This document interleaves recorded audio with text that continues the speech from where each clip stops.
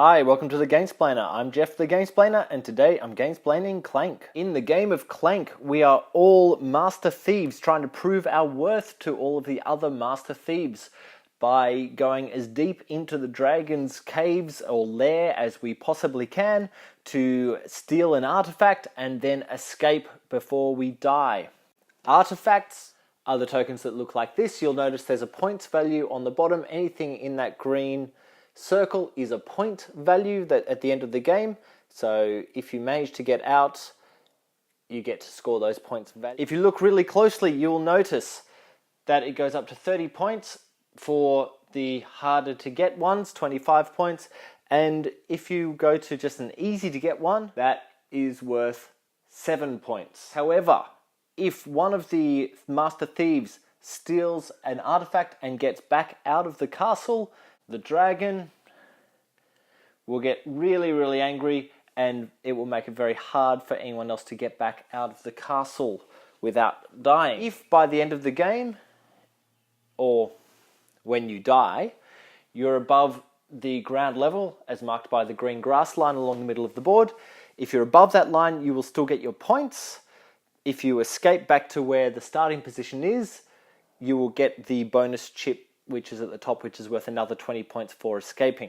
So this is a deck builder. If you have played deck builders before, this will be a game that you understand. If you have not played deck builders, you've never heard those words before, listen closely. I will run through it super fast. Everyone starts with 10 cards that are identical to each other. On your turn, you will deal yourself 5 of those cards. Those cards are now your draw deck. You will then play those 5 cards. Some of them allow you to move. I'll talk about this stuff a bit more in a moment. So some of them allow you to move, some of them allow you to purchase other cards. When you're purchasing other cards, you might, for example, purchase this card, which will, when it comes through, make you or give you the ability to move further. There are skills on the bottom of these cards as well, which again, I will go through in a second. The card that you purchase, plus all of the cards you just played, then go into your discard pile. Then it's the next player's turn. When it comes to you, you will deal yourself the other 5 cards, do exactly the same thing, move, purchase cards, do what it says on the bottom of the things, purchase cards go into there. Then when you need to take more cards but there aren't any, so if there was one there, you would take that as one of your cards, shuffle up the rest, and deal yourself another 2, 3, 4, 5 cards. And you continue on that way. Notice the card that I purchased in turn 1 has just come through my deck. So by purchasing cards, you are building the strength of your overall deck that will enable you to move further or purchase higher value things or give you greater skills. And that is the run of a deck builder in really quick language. So let's have a look firstly at the board. Let's see what each thing on the board actually means. Whenever you get that boot symbol come through your cards that you're using, that allows you to move along one of the corridors. So from here to here, there's a corridor. So one boot would allow me to get to here. If I managed to get 2 boots out of my deck, I would be allowed to move along a second corridor. If I got 3, I could move along a third. Any of these round rooms, they're called crystal caverns, you have to stop at them. So no matter how many boots you had, say you had 10 boots in your hand, you would still have to stop when you got to the crystal cavern. Any corridor that has the picture of 2 boots on it means that you need to actually use, 2 boot symbols from your cards to be able to move along that corridor. Notice that some of the tunnels have little arrows on them. You can only move that direction through the arrowed tunnels. If there is this little face here of the ugly scary guy, you will need to show this symbol, one of those symbols, to get through that corridor without taking any damage. If you don't have any of those sword symbols in your hand, you can still move along that corridor. However, when you do, you'll lose 1 health on your health track. If your health track ever gets down to the bottom end where the little skull is, you are dead and you can no longer do anything in the game. If you're above this line, as I said before, you'll get your points. If you're below the line, you're out of the game with 0 points and you lose. Obviously, if there are 2 of those symbols, you will take 2 lots of damage. If there's feet and symbols, you need 2 feet and a sword or take the damage. Any corridors that have a lock on them, you'll need to first purchase a key from the market to be able to move down those corridors. If you don't have this key, you cannot move along those corridors. How do I purchase a key? Well, you go to one of the market rooms. Yes, that is correct. There is a market in the middle of the dungeon. So if you can get yourself to here, here, here, or here, you can spend 7 money to purchase either the key, which gets you along those corridors, a backpack, which will allow you to take 2 artifacts instead of just the 1, or a crown, which has points at the end of the game. First person to buy a crown is worth 10, the second crown is worth 9, and the third is worth 8. And that's all points at the end of the game. You will have noticed that there was 5 points on the bottom of both the key and the backpack, and that's end game points as well. The other thing you may have noticed is there's these little tokens that have the question mark symbol on them in some of the rooms. Whenever you go through one of those rooms, you may take that token and that has a little bonus on it. The same goes with these larger ones. There's 2, the little ones, there's 2 stacked up in each of the rooms. The larger ones, there's only 1 of them in a room. So if you're first into that room, you can take that token and that gives you a bonus. Might be some bonus life, it might be some bonus swords at some future point. There's a few different things that will most likely help you. Sometimes they'll hinder you, but if they're hindering you, they'll help you as well. This all sounds really easy.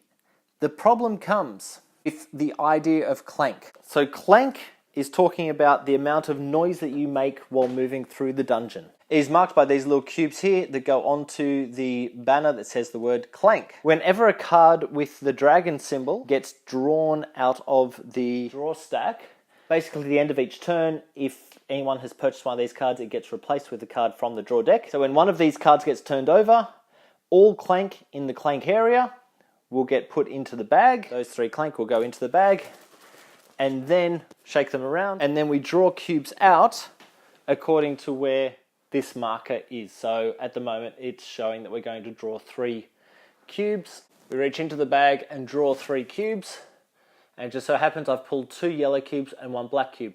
There's a whole bunch of black cubes in the bag to start with. They mean that no one gets injured, and you just put them to the side. The 2 yellow ones mean that yellow will move down 2 spots on the yellow track, and then those 2 yellow cubes get returned to the yellow player. At various points through the game, the dragon will get slightly more angry. Some of the bonus tiles are dragon eggs, and they will cause the dragon to get more angry when you take one of them, and when that happens, you push the dragon 1 further spot along that track.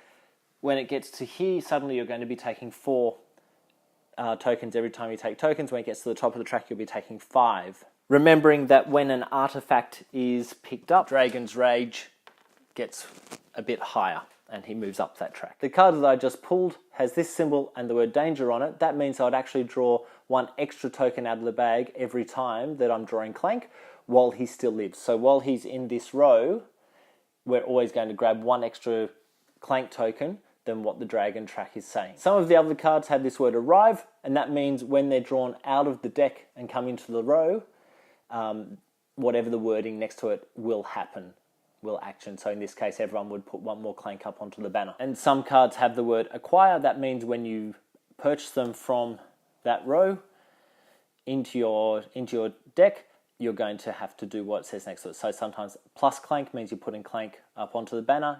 If it has minus Clank as the language on there, that means you're taking Clank away from the banner area. In terms of actually purchasing cards, so we've talked about the boot symbol. Now we'll talk about the number in the blue box. That's your purchasing power. That's how you're going to actually get extra cards into your deck. So if you're showing 4 cards with, or 4 numbers there, 4 ones, you've got a value of 4. You're looking at the bottom right-hand corner in that blue triangle to see how much you can purchase. So with those 4 skill, which is what they call the resource, it's skill. With 4 skill, I could purchase these 2 cards, which are worth 2 each. I could purchase this 1 card. Or I could come further down and take 2 mercenaries.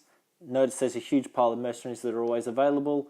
Or I could take an explorer, which has a skill of 2 for future rounds when it comes through. And notice they are always available. The other things that are always available are the secret tomes, which have a purchasing skill level of 7 and will give you 7 points at the end of the game, but that's all they will give you.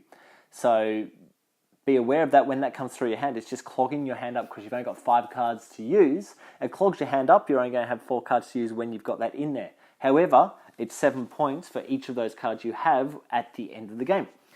And the other thing you can do is go after the goblin, which will take 2 swords. So if you have a mercenary come through, you can kill a goblin. When you defeat the goblin, you get 1 money, and that guy is always available as well. He never disappears. If you used your 2 swords to kill the Overlord, it has this word defeat, and what happens is you're going to draw 2 more cards, so you get 2 more cards out of your draw deck to play immediately. Notice the stumble card has the word +1 Clank, so whenever that comes through your deck, you have to add 1 Clank up into the Clank area. When you defeat any of the monsters, they don't go into your draw deck because there's nothing they can do for you. You'll get the defeat benefit straight away, but that will then go into a discard pile out of the way, never to be seen again. Any cards that have this symbol, the money symbol on it, mean you're going to gain money, and any cards or spaces that have the heart symbol mean that you're going to heal your health. Now, those things will only happen when they actually come through your hand, not when you pick them up from the track.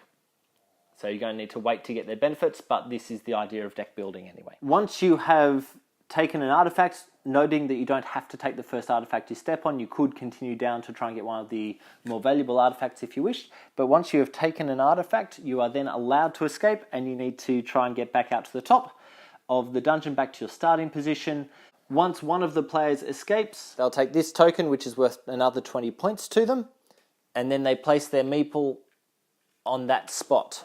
When it gets back around to their turn, they will move to the next spot, noticing there's an increasing number of those shields underneath there, and then they'll draw the number of Clank of where the dragon is, plus however many of those symbols there are below where they're standing, so that it makes it harder for the other players who are still in the dungeon to escape. Okay, I think I've covered all of the rules for Clank, for how to get into and then hopefully back out of the dungeon before everyone else. I hope this helps you get Clank to the table. If you have any comments or suggestions, please write them below. If you have any games that you wish to be Gamesplaned, please shoot me an email at thegamesplainer@gmail.com. Follow me on Instagram and Twitter at thegamesplainer to see what games I've been playing. Subscribe to my videos to keep up to date with the games that I'm gamesplaining, and until next time, enjoy gaming.